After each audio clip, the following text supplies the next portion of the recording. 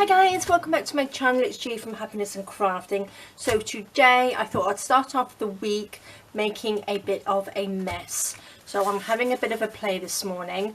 I wanted to sort of like use up some of my scraps of paper, which is some of my tea stain paper here, in different sort of like card and paper, and some sort of like checkered paper as well. I just wanted to use that up and sort of like age it and texturize it, because I'm quite liking some of the vintage styles at the moment. So I thought I would use some paper and sort of like age it. So that is what I've been doing. Now all I've used is some gesso and some ink, and some obviously paper and card, and I think it's looking really nice. So this one I've added some different colour inks on there, bit of gesso, little bit of circles of paint on there, which all I used was the end of my dauber here, and dipped it in the gesso, and I'm thinking they look really nice, and they're great sort of effects for, you know, using your collage. You can use them for collage. I think this one looks like a sort of like a wooden panel, and I'm going to be making some stuff in the next video using this. So I'm just loving them. Normally I've used just the frayed burlap, but on a couple of these I've used the black, I've used blue, and I've also used green. Now I've used the oxide, so we've got the black soot, the frayed burlap, I have got peacock feather, and I've used lucky clover. And I did use the distress ink with the old paper, and distress ink with the vintage photo. So use whatever you've sort of got.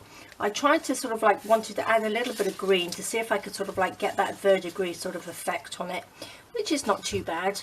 It looks like, I do think it looks like sort of like old wood on here, where it's sort of like the paint is sort of like peeled off.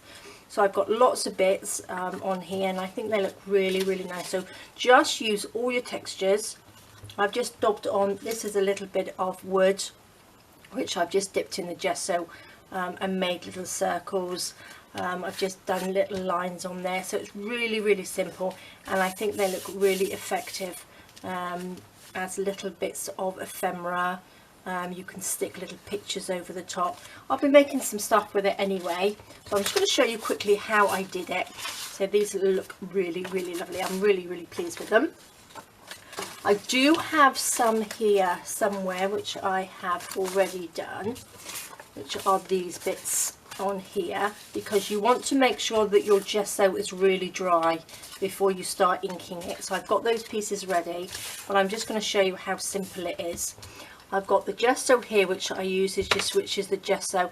Gesso is a primer, so it normally you sort of like prime your canvases and stuff, so you get a really good true picture of colour, not true picture, a true colour really. So if you're using a green, the green will show up really well, and it doesn't sort of like soak into your background, which whatever you're using.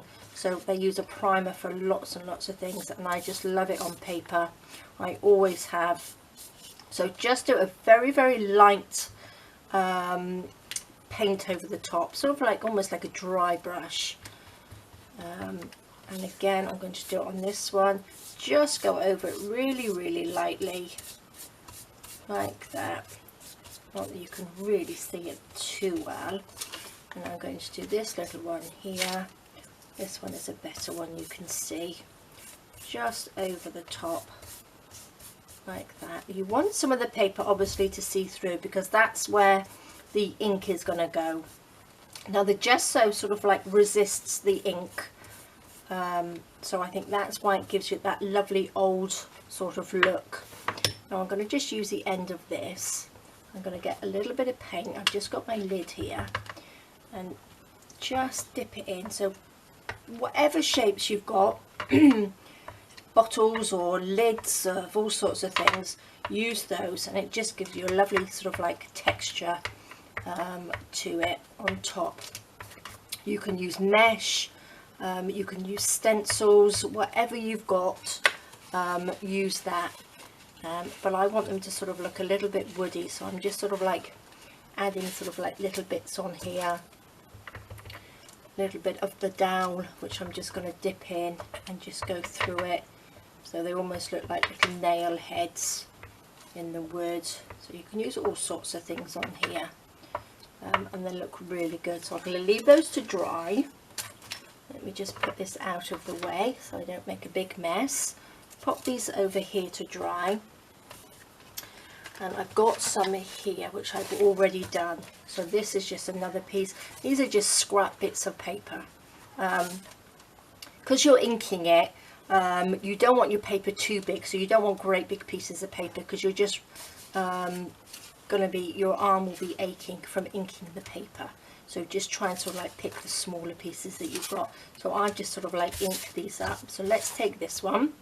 I'm going to use the frayed burlap on this. I'm just going to take my little dobber here, and then I'm just going to ink, just go over it with your ink, and you can see that the ink gets quite dark on the paper. Now I have shown you how to do this before, but it was a long time ago. So I'm just going to go over this. Now you can use your little daubers, you can use your little blending tool, depends what you've got, but you want to really rub it in quite hard so it goes right in there. Turn this around. Again, you don't have to use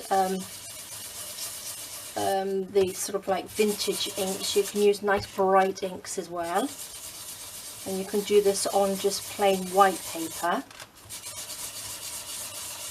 and get that distress look, which I might try later on. So just ink it around. See what I mean? You wouldn't want to do a great big piece of paper, because you'd have a very achy arm at the end of it. So you can see here where it's just gone right in and soaked that in. So what I'm going to do now, I'm going to take a piece of tissue, I'm going to wet it, so this has just got water in it, and I'm going to just wipe over the gesso, and that, because the gesso, it acts as like a resist, it will just wipe off, and you can see that texture come right through, which I think looks really lovely. A nice old look to it. Just rub that off. So I think that looks lovely, and then you can go over it, a little bit of black if you wanted it a little bit darker in areas. Take your black, just go around little areas like that, really sort of like work it in so it goes right into your paper. Take your bit of wet tissue or a little bit of foam, a little foam pad would probably work quite well as well. So that just comes through, and I think it looks really nice. Let's have a little bit of blue in here.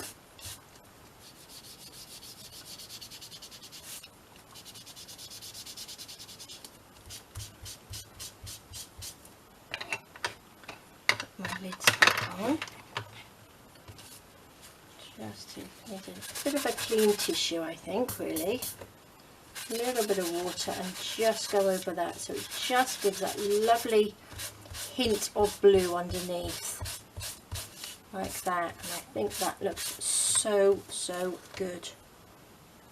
It's a really nice one for giving yourself a really good texture on paper. So I think that looks really nice. This one here is just plain, so I've just put a tiny little bit of gesso on there. This is on a piece of card. So again, the same thing, just go over it. You don't have to wipe the ink off, you can leave it. So if you wanted it a little bit darker, so look, you can see there how the colour, the contrast of it. So you can see where the gesso is and where the ink, where it hasn't been, and that's just the paper. It looks really nice. It looks like sort of like, some of it looks like wood, old wood, and some of it looks like plaster that's sort of like come off the walls like a fresco. I think it looks really lovely, and it's such a good background, especially if you're doing vintagey projects. It ages your paper lovely. I'll use my big one. I don't know why I'm using that little one. So I think it looks good. So if it's a really good simple way to age your paper and use up your scraps like that. Just wipe the ink off the top like that, and you've got this beautiful old worn wood paper. So there we go, guys. That was so quick, so simple.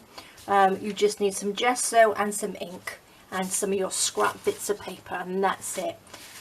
This one I haven't actually wiped off, so you can wipe this off here. So it just brings out that lovely white of the gesso and the inked background like that. So love them, absolutely loving these. So all sorts of ways, a great way to use up your scraps and have lots of lovely vintage style papers in lots of different textures. I like that one as well, but I'm liking the green. I think I'm going to try it. That looks nice because I think that looks like a little wooden panel, and all I did was just do a stripe of gesso down each, just 3 stripes down, and inked it. So I think that looks nice. That I've actually added the gesso onto one of my I think it's the vintage collage papers. So that looks really nice because you've got that lovely texture underneath, pattern underneath. And then we've got this little one here. So there we go, guys. Quick little tutorial. You might know how to do it anyway, but it's a quick reminder of how to do it and how to get some really nice aged paper really quickly. Alright guys, thank you so much for joining me. Please take care, stay safe, and I will see you soon. Alright, bye bye.